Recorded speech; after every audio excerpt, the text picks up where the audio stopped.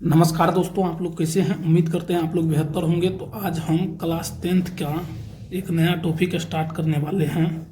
बिल्कुल ही फ्रेश इस चैप्टर को स्टार्ट करने वाले हैं। तो देखिए, इस चैप्टर का नाम है वृत्त से संबंधित क्षेत्रफल। यानी कि यहाँ से आपका मेंसुरेशन 12.1 से स्टार्ट हो रहा है। अगर अभी तक आप त्रिकोणमिति, height and distance, real number और बहुपद नहीं पढ़े हैं ये सब चैप्टर, तो आप प्ले लिस्ट में जाके वहाँ से आप ये सब चैप्टर को कंप्लीट कर सकते हैं। तो चलिए आज हम स्टार्ट करते हैं वृत्त से संबंधित क्षेत्रफल। इसके बाद आपको पहले बेसिक बताएंगे, उसके बाद फिर 12.1 को सोल्व करेंगे।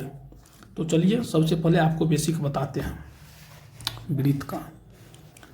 तो देखिए फ्रेंड्स, आपको एक पहले वृत्त के बारे में आप समझिए। देखिए, जैसे मान लीजिए ये क्या है, ये फिगर का नाम क्या है, तो वृत्त है। क्या वृत्त है, और इसको अंग्रेजी में क्या बोलते हैं, सर्कल बोलते हैं। ये आपका वृत्त हुआ। तो यहाँ मानिए, यहाँ ये वृत्त का केंद्र हुआ फ्रेंड्स। तो अब देखिए, केंद्र से यहाँ पे एक पॉइंट आप सी दे दीजिए और ये दोनों पॉइंट को आप मिला दीजिए। ये दोनों पॉइंट को मिलाइएगा तो क्या होगा, यहाँ पे आप ये आपका ओ हुआ, तो ओ सी बराबर क्या हो जाएगा, ओ सी आपका हो जाएगा फ्रेंड्स वृत्त की त्रिज्या। वृत्त की त्रिज्या हो जाएगा। इसी प्रकार अब देखिए, यहाँ से एक त्रिज्या ये होगा और यहाँ से इसको मिला दीजिएगा। इसको नाम दे दीजिए आप पी और इसको नाम दे दीजिए क्यू। तो पी क्यू आपका क्या हुआ, पी क्यू हो गया आपका वृत्त का व्यास। ये वृत्त का व्यास हुआ। तो अब देखिए, वृत्त का ये व्यास हो गया और ये देखिए, ये जो है फ्रेंड्स चारों तरफ से, इसको क्या बोलते हैं, इसको बोलते हैं परिधि। परिधि, इसको परिधि बोलते हैं। तो अब देखिए फ्रेंड्स, व्यास बराबर क्या होता है। अब देखिए, ये पी क्यू व्यास हुआ, तो व्यास बराबर क्या हो जाएगा, 2 इंटू त्रिज्या हो जाएगा। 2 इंटू त्रिज्या होगा और व्यास को डी से सूचित किया जाता है। तो देखिए, और तो डी बराबर कितना हो जाएगा, 2 गुना त्रिज्या को आर से सूचित करते हैं, तो 2r। यहाँ से देखिए आर निकालना है तो कितना हो जाएगा, d/2 हो जाएगा। ये आपका त्रिज्या बराबर फार्मूला हुआ व्यास बटे 2। तो ये हो गया फ्रेंड्स। अब देखिए, एक पै होता है, ये देखिए पै आप जानते हैं। तो पै बराबर क्या होता है, ये होता है परिधि बटे कितना होता है, व्यास। परिधि बटे व्यास होता है। इसको भी आप लिख लीजिएगा। अब देखिए, जैसे पै आया तो आपके मन में एक बात आना चाहिए, जो पै क्या है। तो देखिए, यहाँ नोट करके आप लिख लीजिए, पै अपरिमेय संख्या है। अपरिमेय संख्या है, इसलिए पै का मान कभी 22/7 लेते हैं, तो कभी पै का मान 3.14 लेते हैं। ये फ्रेंड्स आपका हो गया। तो चलिए अब आगे आपको बताते हैं त्रिज्यखंड और वृत्तखंड के बारे में। सारा फार्मूला आज 12.1 से लेकर 12.3 तक का सारा फार्मूला आज आपको बता देते। चलिए, उम्मीद करते हैं आप लोग भी लिख लिए होंगे। तो अब देखिए फ्रेंड्स, अब आपको यहाँ पे कुछ फार्मूला आप पहले लिख लीजिए। यहाँ लिखिए फार्मूला। तो फार्मूला 1 नंबर में क्या लिखना है, देखिए लिखना वृत्त का क्षेत्रफल। वृत्त का क्षेत्रफल, और इसको क्षेत्रफल को एरिया को ऐसे सूचित करते हैं। तो ये कितना हो जाएगा फ्रेंड्स, πr²। ये आप लोग बच्चे से जानते होंगे। अब देखिए दूसरा फार्मूला, आप वृत्त का परिधि, वृत्त का परिधि या इसी को परिमाप बोलते हैं, परिमाप। इसको सी से सूचित करते हैं। तो ये क्या होता है, 2πr होता है। ये भी आप लोग जानते होंगे, जो वृत्त का 2πr होता है। तो अब देखिए, अब क्या करना है फ्रेंड्स, अब देखिए एक और फार्मूला आप देखिए, वृत्त का क्षेत्रफल व्यास के रिलेशन में क्या होगा। तो देखिए, वृत्त का क्षेत्रफल ये होता है, एक होता है πd²/4। ये होता है व्यास के रिलेशन में फ्रेंड्स। तो अब चलिए आपको अब बताते हैं त्रिज्यखंड। तो आप हेडिंग लगा लीजिएगा त्रिज्यखंड। देखिए त्रिज्यखंड, तो त्रिज्यखंड क्या होता है फ्रेंड्स? तो देखिए त्रिज्या के द्वारा काटे गए खंड को क्या बोलते हैं? त्रिज्यखंड बोलते हैं। तो यहाँ देखिए, जैसे मान लीजिए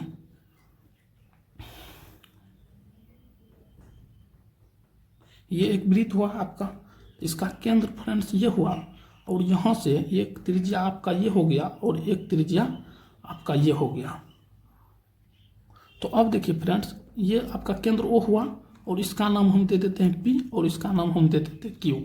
तो ये जो देखिए ये त्रिज्या के द्वारा जो काटा गया है इसी को हम बोलते हैं वृत्तखंड, सॉरी त्रिज्यखंड बोलते हैं फ्रेंड। तो इसको हम क्या बोलेंगे?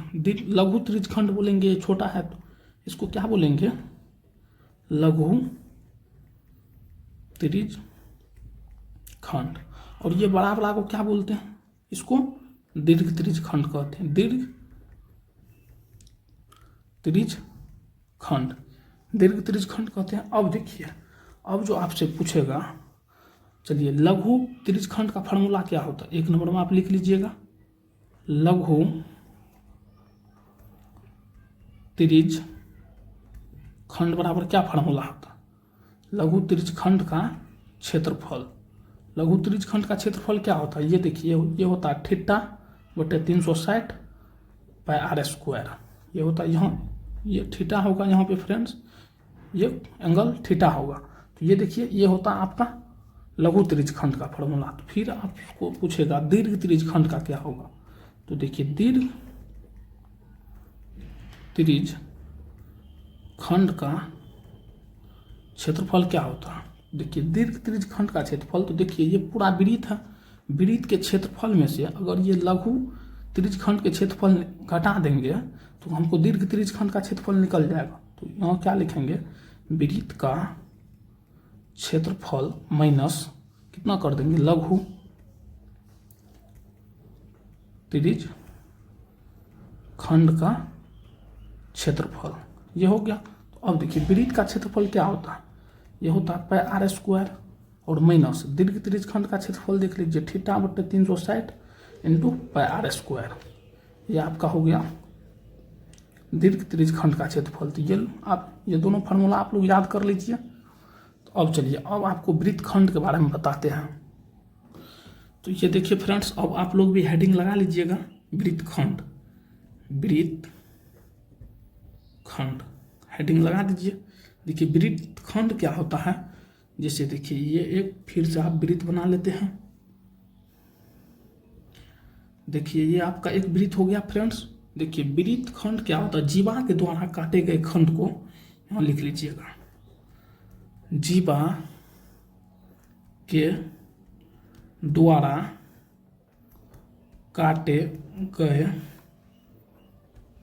खंड को वृत्तखंड कहते हैं, वृत्तखंड कहते हैं। जीवा के द्वारा काटे गए खंड को वृत्तखंड कहते हैं। अब देखिए फ्रेंड्स, अब उसके बाद देखिए इसका, ये जीवा यहाँ से देखिए, ये आपका क्या हुआ? जीवा हुआ वृत्त का। अब देखिए इसका नाम दे देते हैं फिर हम P और इसका नाम दे देते हैं Q। अब देखिए यहाँ कि कहीं न कहीं आपका वृत्त का केंद्र होगा और ये केंद्र हुआ फ्रेंड्स। तो इसको मिला दीजिए, यहाँ से इसको मिला दिए तो ये आपका क्या बन गया? ये समद्विबाहु त्रिभुज बन गया। ऊपर ये देखिए ये एंगल होगा यहाँ पे कुछ न कुछ, ये आपका ऊपर O होगा। तो अब देखिए ये वाला भाग का आपको क्षेत्रफल निकालना है, इस वाला भाग का क्षेत्रफल निकालना है। तो ये इसको क्या बोलेंगे? इसको बोलेंगे लघु वृत्तखंड। और ये ऊपर वाले को क्या बोलेंगे? दीर्घ वृत्तखंड, दीर्घ वृत्तखंड। अब देखिए लघु वृत्तखंड का फॉर्मूला क्या हो जाएगा? देखिए लघु वृत्तखंड का क्षेत्रफल, लघु वृत्तखंड का क्षेत्रफल क्या हो जाएगा फ्रेंड्स? तो देखिए ये त्रिज्यखंड का क्षेत्रफल, ये पूरा देखिए, ये पूरा आपका त्रिज्यखंड हुआ ना, ये त्रिज्यखंड के क्षेत्रफल में से अगर ये समद्विबाहु त्रिभुज के क्षेत्रफल को घटा दिया जाए तो यह आपका आ जाएगा लघु वृत्तखंड का फॉर्मूला। तो देखिए त्रिज्यखंड का फॉर्मूला क्या बताएं अभी, θ/360/r² माइनस ये देखिए समबाहु त्रिभुज का फॉर्मूला क्या होता है, ये समबाहु त्रिभुज, तो ये इसका देखिए 1/2 r स्क्वायर साइन थीटा होता है। ये देख लीजिए फ्रेंड्स, ये आपके लघु वृत्तखंड का फॉर्मूला हुआ। तो इसी प्रकार आप कुछ से पूछेगा कोई दीर्घ वृत्तखंड का क्या होगा, तो देखिए दीर्घ वृत्तखंड का क्षेत्रफल, दीर्घ वृत्तखंड का क्षेत्रफल क्या हो जाएगा, तो देखिए अब देखिए दीर्घ वृत्तखंड का क्षेत्रफल, तो ये देखिए पूरा ये वृत्त है, वृत्त के क्षेत्रफल में से अगर ये देखिए लघु वृत्तखंड का क्षेत्रफल घटा देंगे तो ये दीर्घ वृत्तखंड का क्षेत्रफल आ जाएगा। तो देखिए क्या लिखेंगे, वृत्त का क्षेत्रफल माइनस, उसके बाद क्या करेंगे, ये लघु वृत्तखंड का क्षेत्रफल माइनस लघु वृत्तखंड का क्षेत्रफल, ये हो गया फ्रेंड्स। अब देखिए अब क्या करेंगे, तो ये देखिए वृत्त का क्षेत्रफल क्या होता है, तो ये होता है पाई r स्क्वायर, ये होता है माइनस, अब देखिए ये होता है माइनस, उसके बाद देखिए ये देखिए लघु वृत्तखंड का क्षेत्रफल कितना होता है, थीटा बटे 360 into pi r square minus 1/2 r square sine theta. ये समबाहु त्रिभुज का क्षेत्रफल यहाँ निकाले थे, तो ये आपका लघु वृत्तखंड का क्षेत्रफल हुआ, ये आपके दीर्घ वृत्तखंड का क्षेत्रफल हुआ। तो उम्मीद करते हैं आप लोग को फार्मूला कैसे निकाले हैं समझ में आया होगा। तो ये सारे फार्मूला से आपका प्रश्नावली ये 12.1 से लेकर 12.3 तक सारे प्रश्नों को इतना ही फार्मूला से सोल्व करेंगे। देखिए फ्रेंड्स, एक फार्मूला हम भी भूले जा रहे थे, देखिए जिससे ये देख लीजिए,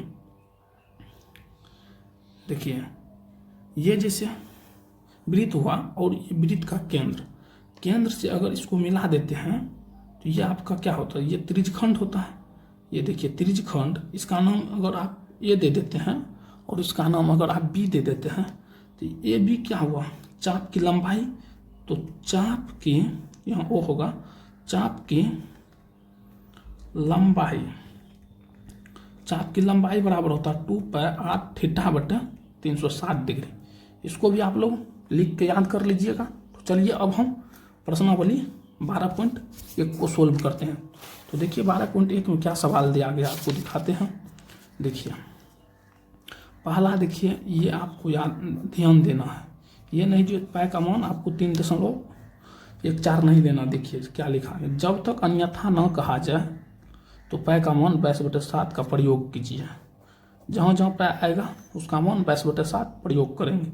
देखिए क्वेश्चन नंबर 1 में क्या दिया गया, कहते दो वृत्तों की त्रिज्या क्रमशः 19 सेंटीमीटर और 9 सेंटीमीटर है, उस वृत्त की त्रिज्या ज्ञात कीजिए जिसकी परिधि इन दोनों वृत्त की परिधियों के योग के बराबर है। तो चलिए इसको सोल्व करते हैं फ्रेंड्स। तो यहाँ पे हेडिंग लगा लेंगे प्रश्नावली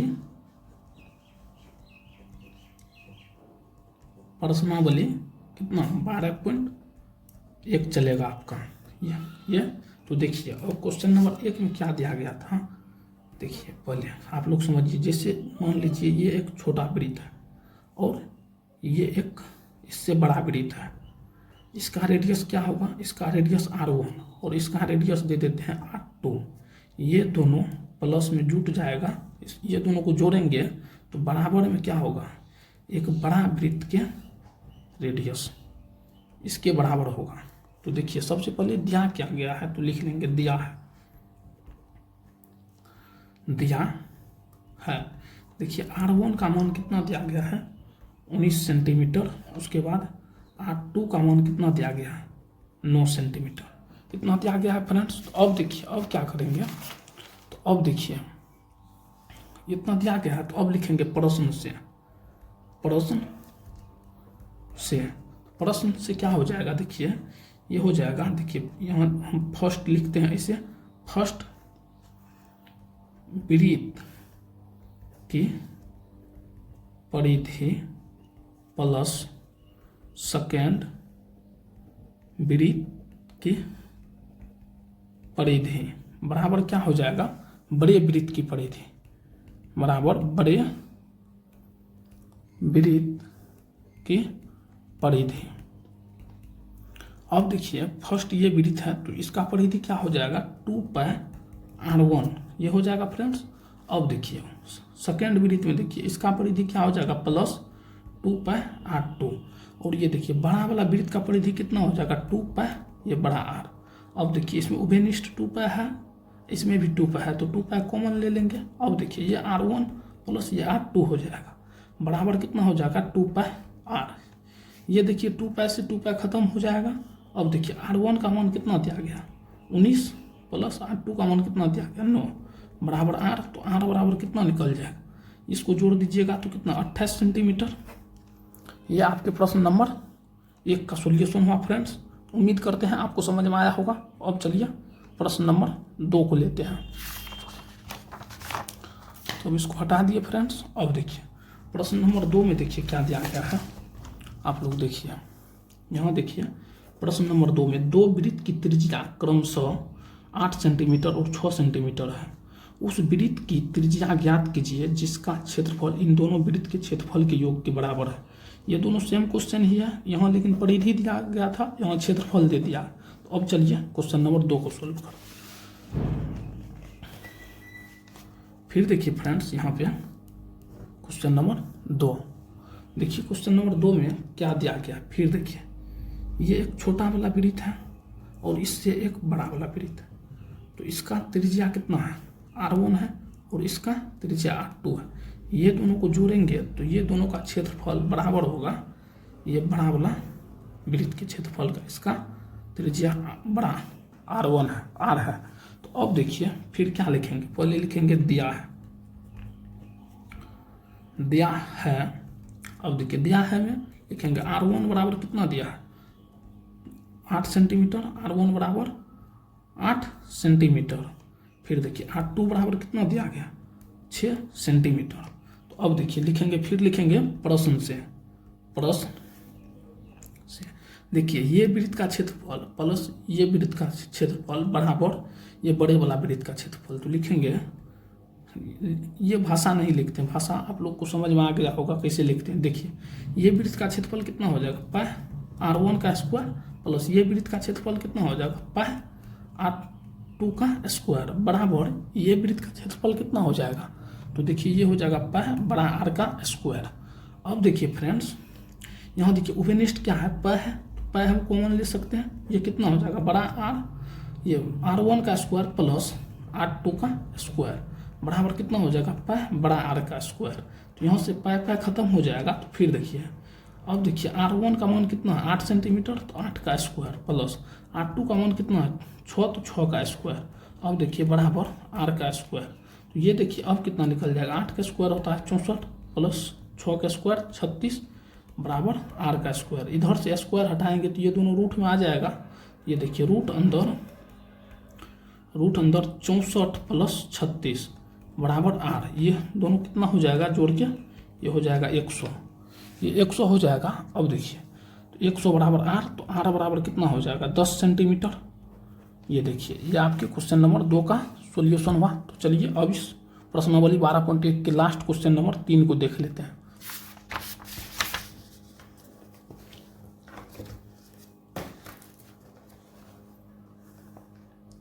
तो अब देखिए फ्रेंड्स ये क्वेश्चन कभी भी एग्जाम में पूछा नहीं गया है, लेकिन हम आपको हिंट्स दे देते हैं, आप लोग बना लीजिएगा। देखिए जैसे क्या दिया गया है, देखिए आकृतिक 12.3 एक तीरंदाजी लक्ष्य को दर्शाती है जिसमें केंद्र से बाहर की ओर 5 क्षेत्र गोल्ड रेड ब्लू ब्लैक और व्हाइट चिन्हित है।